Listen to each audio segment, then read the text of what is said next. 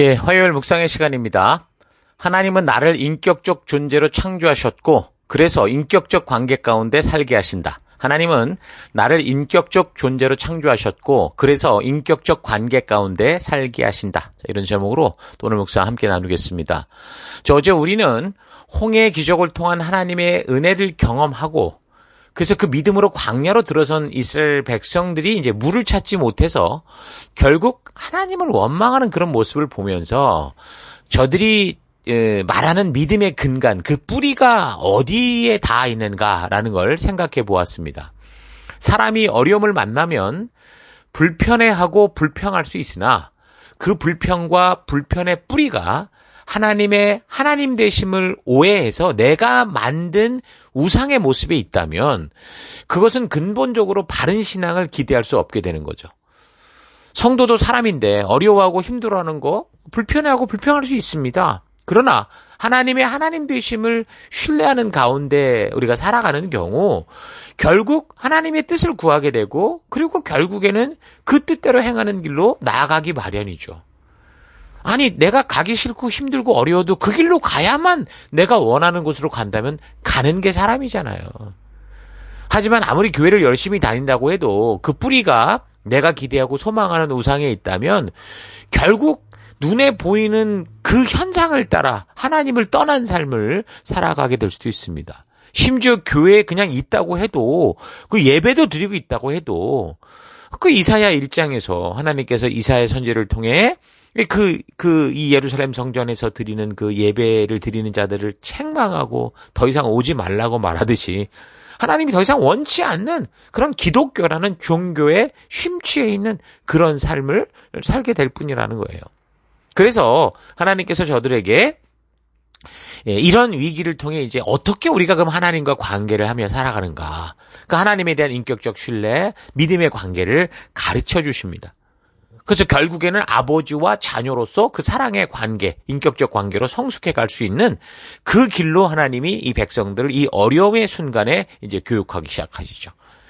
하나님을 우상의 대상, 이용의 대상으로 삼지 않고 하나님은 분명 전지전능하시고 무소부지하시며 인간을 창조하신 유일한 신이시지만 나를 대하실 때는 인격적으로 대해주시고 또 함께 그래서 동행하는 동행자로 대해주시고 그렇게 하나님 나라 백성으로 살게 해주시는 것.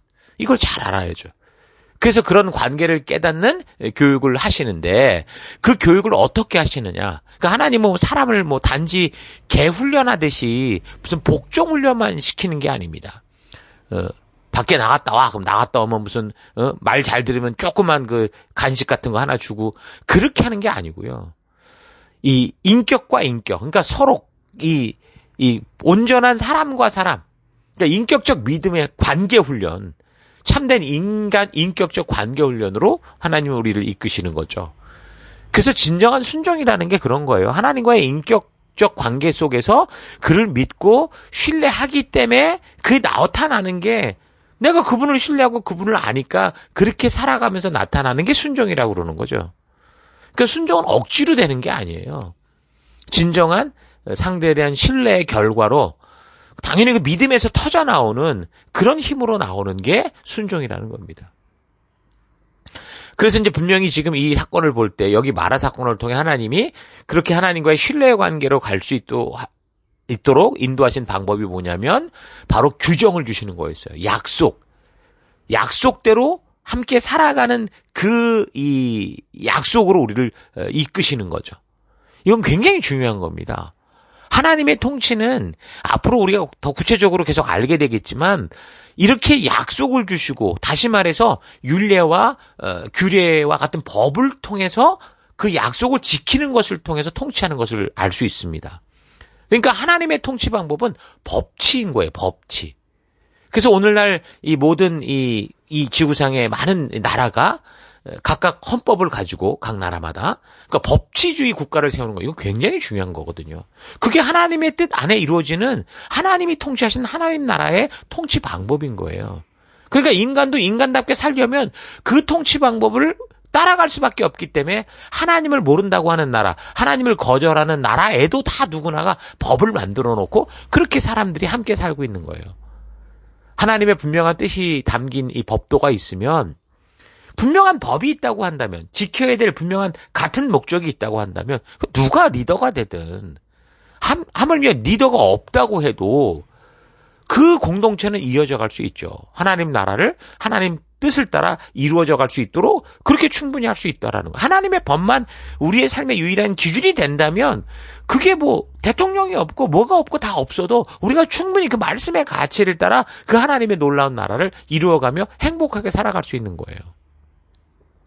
이런 하나님의 통치 방법을 볼 수 있는 것이 이제 그 어떤 통치의 방법을 우리에게 점점 보여주기 시작하는 것이 바로 이 물이 없어서 고생했던 이 마라에서 이 벌어진 이 사건을 통해서 하나님이 이제 그것들을 점점 우리에게 보여주시고 그런 어떤 온전한 믿음의 관계 가운데 살아가는 그런 관계 훈련을 해가시는 거죠. 그래서 하나님은 당장 일단 뭐 문제가 된 물에 대한 문제를 해결해 주십니다. 먼저 문제를 해결해 주시고 그리고 하나님은 그렇게 분명히 뭐 이런 걸 가지고 교육하겠다 해서 교육만 하는 게 아니고 우리의 필요를 먼저 책임져 주시는 분이다. 공중 나는 새를 보라. 누가 먹이고 입히지 않아도 다 먹고 살고 입고 입혀 사는 게 왜 그러냐. 그게 하나님이 지금 책임지시는 그 결과다라는 걸 말씀해 주시잖아요. 그러니까 우리에게도 똑같은 거예요. 그래서 너희는 먼저 그의 나라와 그의 의를 구하라. 그리하면 이 모든 것을 너에게 더해 주시라고 말씀하신 그 약속들이 바로 이런 거에 근거한 거죠. 공중 나는 새와 들에 피는 백합화를 누가 기르고 먹이지 않아도 하나님이 책임지시는 것처럼 하나님은 사람의 필요를 분명히 먼저 책임져 주신다 그 말입니다. 그러면서 이제 그때부터 어떻게 하세요? 지켜야 할 규정, 약속을 통해서 하나님과의 그 관계 훈련을 해가시는 거죠. 정확히 마라에서 어떤 법도와 율례를 말씀하셨는지는 몰라요. 법도와 규례를 말씀하셨다고는 나오는데 뭐라고는 말을 안 해요. 그러나 우리는 유추할 수 있죠. 뭐 예를 들면 유월절 사건에서도 무교절을 지켜라 뭐 이렇게 했던 어떤 그런 것과 같이. 근데 그 모든 것이 결국 이제 정확하게 드러난 데가 어디예요? 시내산이에요. 그리고 살펴가겠지만 시내산 약속. 그러니까 레위기를 통해서 그게 드러나면서 구체적으로 우리가 이제 하나님이 주신 법도와 율례, 그 하나님 나라의 그 계명, 하나님의 법치의 그 핵심을 알게 되는 거죠. 그러니까 사람의 삶의 모든 것, 그러니까 사회 근간을 이룰 수 있는 모든 것은 잘 보면 그래요. 이거예요. 약속, 법이에요, 법. 이런 걸 우리가 알 수 있죠. 온 세계가 살아가는 사회 속에 약속을 통한 질서가 없으면 어떻게 되겠어요? 인류는 파괴되고 없어지는 거예요.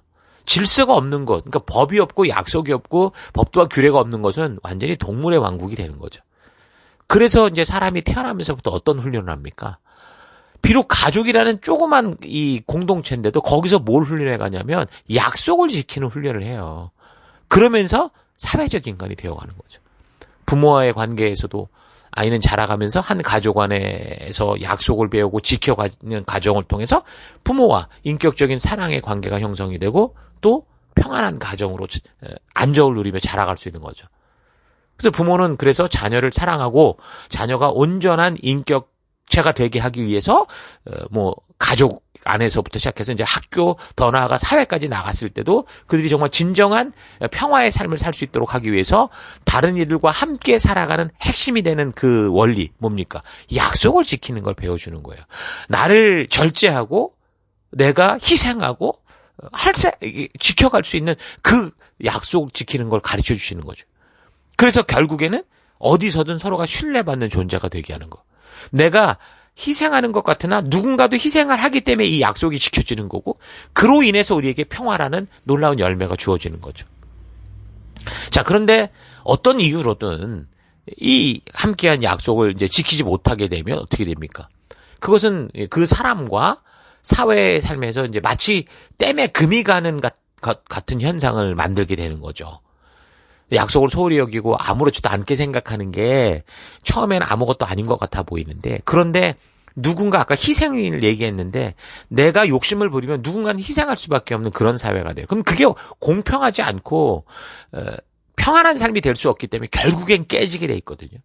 그래서 처음에는 막 내 고집대로 살아도 아무것도 아닌 것 같아.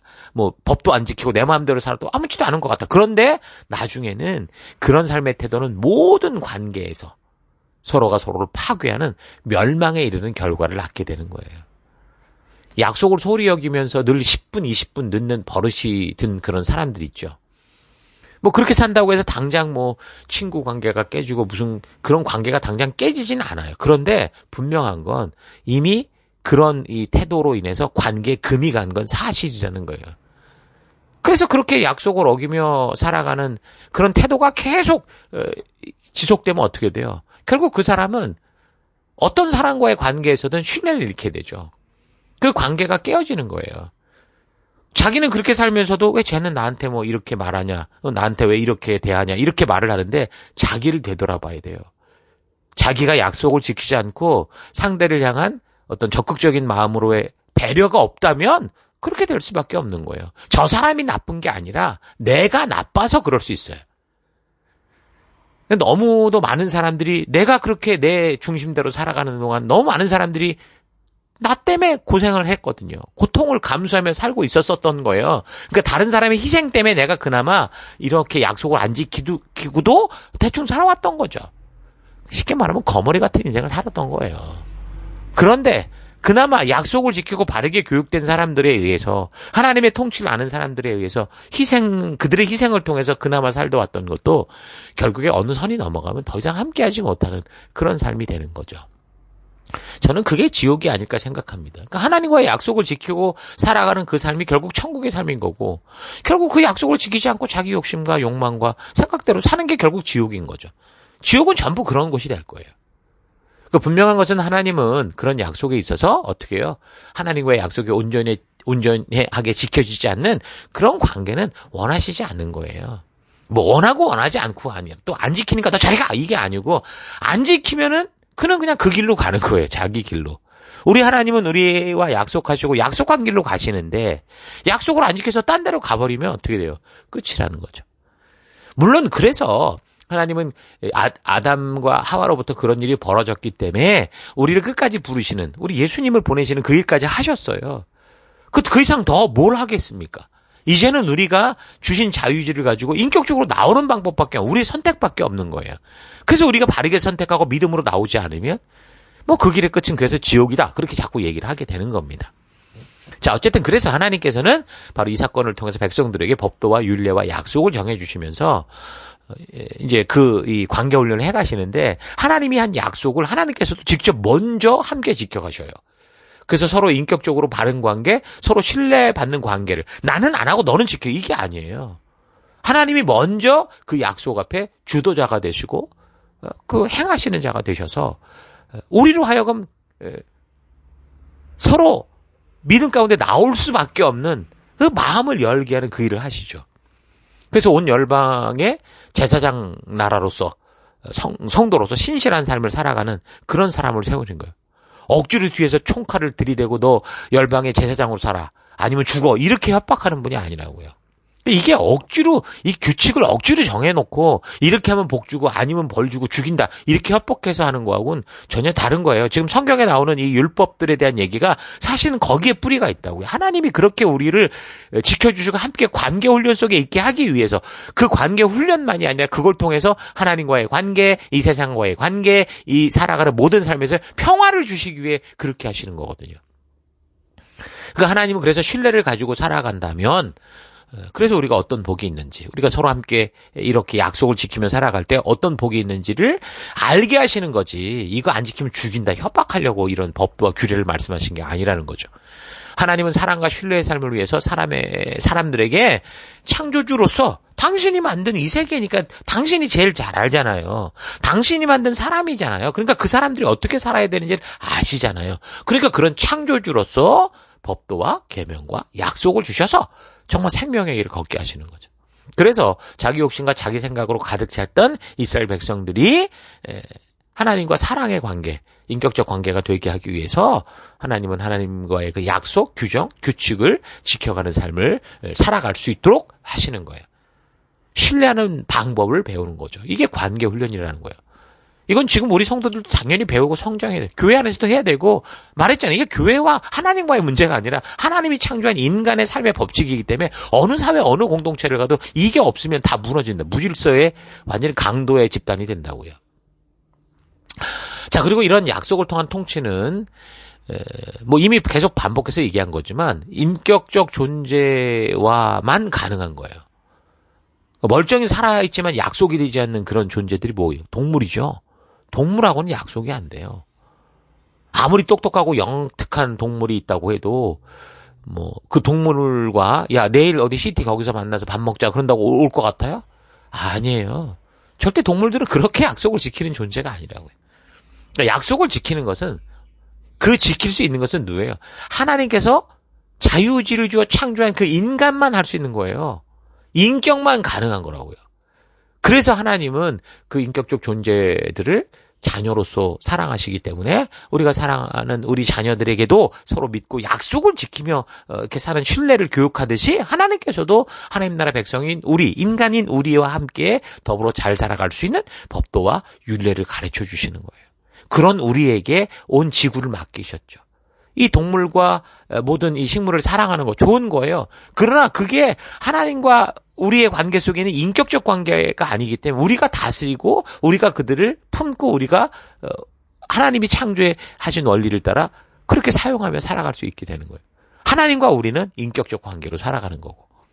그러니까 하나님께서 규정을 주신 것은 하나님 아버지로서 자녀를 사랑하는 사랑으로 말미암은 결과다라는 거 기억하시기 바랍니다. 사랑하기 때문에 규정을 주시고 그것을 지켜가는 실력은 비록 형편은 없지만 끝까지 그래도 믿어주시고 바르게 세워주시면서 어떻게 하는 거예요? 점점점 서로 인격적인 성장의 관계, 성숙한 관계, 그리스도의 장성한 분량에 이르는 결국 그리스도의 장성한 분량이 뭡니까? 그 약속을 지키는 하나님과의 언약을 지킬 수 있는 스스로 자발적으로 이렇게 지켜감으로 하나님의 나라를 우리가 함께 살아가는 우리의 가족과 우리의 교회와 우리의 사회와 우리의 국가를 온전하게 세워가는 그런 일로 가게 해주시는 거죠. 또한 법도와 윤리를 주시는 이유는 한 공동체에서 같은 목적을 향해 가는 사람들의 입장에서도요. 함께 지킬 수 있는 이 약속들이 있음으로 해서 더불어 다투지 않게 되고 질서 있는 행복한 삶을 살아갈 수 있기 때문에 이미 말하는 거죠. 선진국과 후진국의 차이가 뭐라고 합니까? 바로 그거예요. 법과 질서를 지켜가는 국민의식. 후진국일수록 그런 법 질서를 지켜가는 의식이 약하죠. 공권력이 무시되고 불법을 행하고 법을 위배하고도 돈과 뇌물로 다 북한이라는 사회를 보세요. 그것은 마치 무슨 대단한 나라같이 선전을 하지만 그것은 모든 사회가 다 뇌물로 통하는 사회예요. 탈북민들의 이야기를 들어보면 알아요. 그 사회가 기본적으로 그렇게 불법이 행행한 사회라는 걸 알 수 있는데 그러니까 그 사회가 큰 문제가 되는 거고 독재 국가가 되는 거고 거기서 수많은 인권이 짓밟히는 그런 일이 벌어지는 거예요. 근데 선진국은 어때요? 누가 보건 보지 않건 법과 질서를 잘 지키는 거. 물론 그 안에서 합법적으로 무질서를 저지르는 사람들이 있어요. 그런데 그것도 결국 뭘로 잡을 수 있어요? 법과 질서로밖에 못 잡아요. 그러니까 국민들 의식 속에 서로 질서와 약속을 지키는 이 기본적인 삶의 태도들이 있어야 그게 선진국이고 그게 또 하나님 나라인 거예요. 여러분 잘 기억하십시오. 우리 교회도 그래서 성도들이 많고 적고의 문제가 아니라 이런 온전한 하나님과의 그 약속을 지켜가는 하나님 나라 선진 국민으로서의 의식을 갖는다면 이 교회는 건강한 교회가 될 수 있어요. 그래서 하나님께서 노예의 삶에서 벗어난 이스라엘 백성들에게 그 노예의식, 그 이집트에 살면서 백혀 있었던 그 노예의식을 주인의식, 후진국을 선진국으로 바꾸시기 위해서 규정을 주시고 법도를 주시고 그리고 각자 스스로 그리고 더 나아가서 모두가 함께 그 약속을 지켜가는 훈련을 하시는 겁니다. 노예의식이 뭡니까? 개인의 주도적인 의사와 상관없이 때려야 돼요. 강제적으로 뭘 시켜야만 움직이는 그런 게 노예의식이잖아요.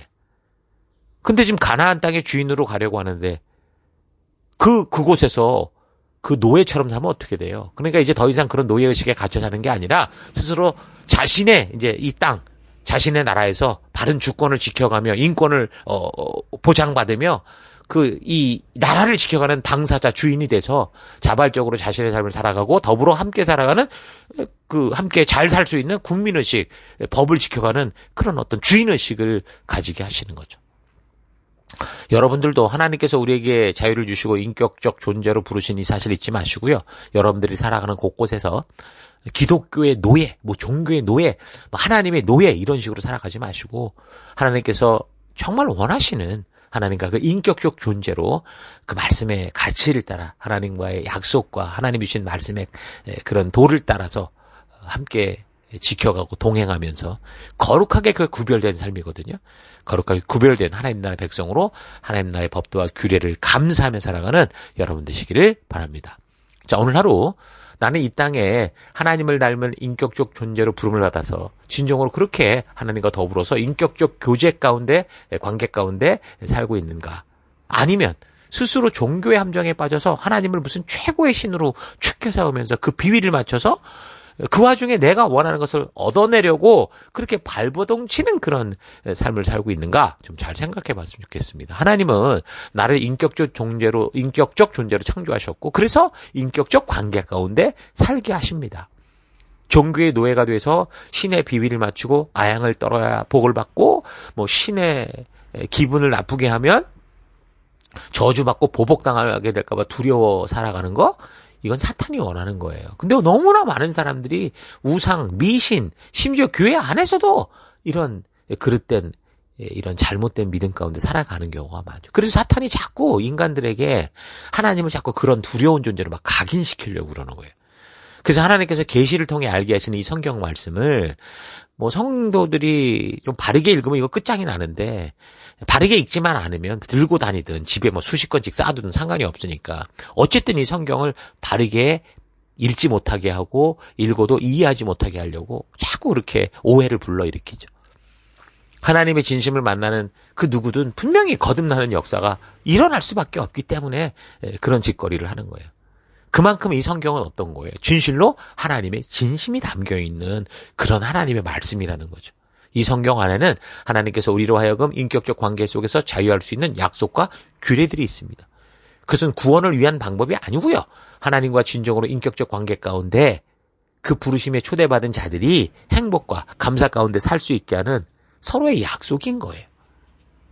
우리가 살아가는 모든 세계는 이 약속이라는, 이 법이라는 기반 위에 건강하게 살아갈 수 있습니다. 그것은 하나님께서 인간을 그런 인격적 존재로 만드셨기 때문에 거기로 갈 수밖에 없어요. 동물들은 순수하고 착한지 모르지만 약속의 중요성과 의미를 알지 못합니다. 오직 하나님을 닮은 인격적 존재, 인간만이 약속의 소중함을 알고 그 약속을 자발적으로 지키며 행복한 삶을 살아갈 수 있는 거예요. 여러분, 그러므로 각자가 살아가고 있는 삶의 현장에서 하나님 주신 약속을 지키지 않고 살아가는 많은 이 세상의 현상들이 우리 주변에 있겠지만, 그러나 그럼에도 불구하고 우리는 각자의 삶의 현장에서 하나님이 주신 이 약속과 그 가치를 따라 살아가므로 우리 주님이 주시는 진정한 축복과 그 사망의 음침한 골짜기 속에서도 정말 주의 지팡이와 막대기가 나를 인도하시는 그 생명의 기쁨을 누리는 여러분 될 수 있기를 주의 이름으로 축원합니다. 자, 오늘 하루도 힘내십시오. 잠시 기도하겠습니다. 하나님께서는 나를 인격적 존재로 대해주시기에 약속과 규례와 율례를 주시는데, 나는 그것을 종교적 틀로 만들어 하나님을 그냥 우상처럼 대하고 스스로 사탄의 노예처럼 살아온 것을 회개합니다. 놀라운 하나님의 사랑과 그 진심이 담긴 이 성경을 보면서도 스스로 오해하여 종교적 굴레, 율법주의의 함정에 빠지는 일이 없이 이 성경을 통해 진정으로 하나님의 진심을 만나는 내가 되기 원합니다. 하나님이 창조하시고 주신 이 열방 속에서 노예의식으로 살지 않고 참된 주인의식을 가지고 살아가며 하나님의 영광을 온 땅에 드러내는 하나님 나라 백성다운 삶 살아가기 원합니다. 하나님은 오늘도 이 교회 속에서 또 성경을 통해 하나님과의 그 약속을 주셨고 그것을 스스로 지켜가게 함으로 하나님과의 온전한 관계 가운데 우리를 부르시는 것 잊지 않고 누가 보지 않아도 그렇게 믿음으로 그 관계 가운데 나아가는 내가 되기 원합니다. 그 길로 인도하신 하나님 감사드리고 예수님 이름으로 기도했습니다. 아멘.